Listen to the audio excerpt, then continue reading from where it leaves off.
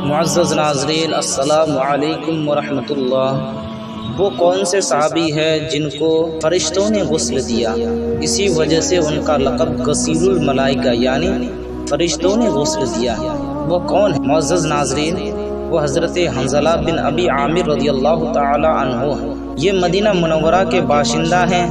اور انصار کے قبیلہ اوس سے ان کا خاندانی تعلق ہے۔ ان کا باپ ابو عامر اپنے قبیلہ کا سردار تھا اور زمانہ جاہلیت میں اس کی عبادت کی کثرت کو دیکھ کر عام طور پر لوگ اس کو ابو عامر الراہب کہا کرتے تھے۔ جب حضور اکرم صلی اللہ علیہ وسلم ہجرت فرما کر مدینہ منورہ تشریف لائے اور پورا مدینہ اور اطراف حضور صلی اللہ علیہ وسلم کے قدموں پر قربان ہونے لگا تو مدینہ کے دو شخصوں پر حسد کا بھوت سوار ہوا گیا، ایک عبداللہ بن ابی، دوسرے ابو عامر راہب۔ لیکن عبداللہ بن ابی نے تو اپنی دشمنی کو چھپائے رکھا اور منافق بن کر مدینہ ہی میں رہا، لیکن ابو عامر راہب حسد کی آگ میں جل بھون کر مدینہ سے مکہ چلا گیا اور کفار مکہ کو بھڑکا کر مدینہ منورہ پر حملہ کے لیے تیار کیا۔ چنانچہ 3 ہجری میں جب جنگ احد ہوئی تو ابو عامر کفار کے لشکر میں شامل تھا اور کفار کی طرف سے لڑ رہا تھا، مگر اس کے بیٹے حضرت حنظلہ رضی اللہ تعالی عنہ پرچم اسلام کے نیچے نہایت ہی جواں مردی اور جوش و خروش کے ساتھ کفار سے لڑ رہے تھے۔ ابو عامر راہب جب تلوار گھماتا ہوا میدان میں نکلا تو حضرت حنظلہ رضی اللہ تعالی عنہ نے بارگاہ رسالت میں عرض کیا کہ یا رسول اللہ صلی اللہ علیہ وسلم، مجھے اجازت دیجیے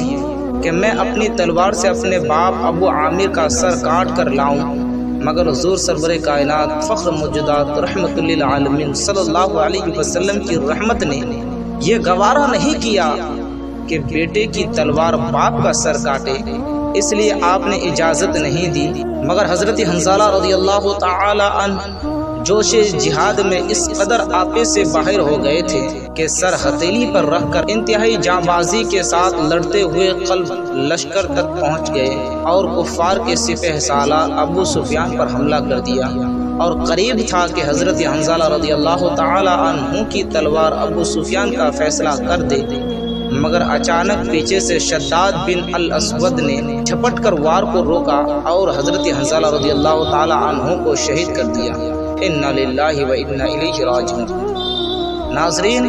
حضرت حنظلہ رضی اللہ تعالی عنہ کے بارے میں حضور صلی اللہ علیہ وسلم نے فرمایا کہ فرشتوں نے انہیں غسل دیا ہے۔ جب ان کی بیوی سے ان کا حال دریافت کیا گیا تو انہوں نے یہ بتایا کہ وہ جنگ احد کی رات میں اپنی بیوی کے ساتھ سوئے تھے اور غسل کی حاجت ہو گئی تھی، مگر وہ رات کے آخری حصے میں دعوت جنگ کی پکار سن کر اس خیال سے بلا غسل میدان جنگ کی طرف دوڑ پڑے کہ شاید غسل کرنے میں اللہ کے رسول صلی اللہ علیہ وسلم کی پکار پر دوڑنے میں دیر لگ جائے۔ حضور صلی اللہ علیہ وسلم نے فرمایا کہ یہی وجہ ہے کہ فرشتوں نے شہادت کے بعد ان کو غسل دیا، ورنہ شہید کو غسل دینے کی ضرورت ہی نہیں ہے۔ اسی واقعے کی بنا پر حضرت حنظلہ رضی اللہ تعالی عنہ کو غسیل الملائکہ یعنی فرشتوں نے نہلائے ہوئے کہا جاتا ہے۔ ناظرین کرام، فرشتوں نے حضرت حنظلہ رضی اللہ تعالی عنہ کو شہادت کے بعد غسل دیا، یہ آپ کی بہت بڑی کرامت اور نہایت ہی عظیم الشان فضیلت ہے۔ چنانچہ آپ کے قبیلہ والوں کو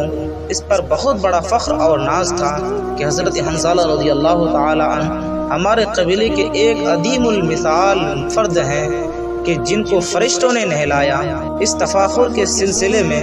منقول ہے کہ قبیلہ اوس کے لوگوں نے قبیلہ خزرج والوں سے کہا کہ دیکھ لو، حضرت حنظلہ رضی اللہ تعالی عنہ غسیل الملائکہ ہمارے قبیلہ اوس کے ہیں، اور حضرت عاصم رضی اللہ تعالی عنہ شہد کی مکھیوں نے جن کی لاش پر پہرا دیا تھا وہ بھی ہمارے قبیلہ اوس کے ہیں، اور حضرت سعد بن معاذ رضی اللہ تعالی عنہ جن کی وفات پر عرش الہی ہل گیا وہ بھی ہمارے قبیلہ اوس کے ہیں،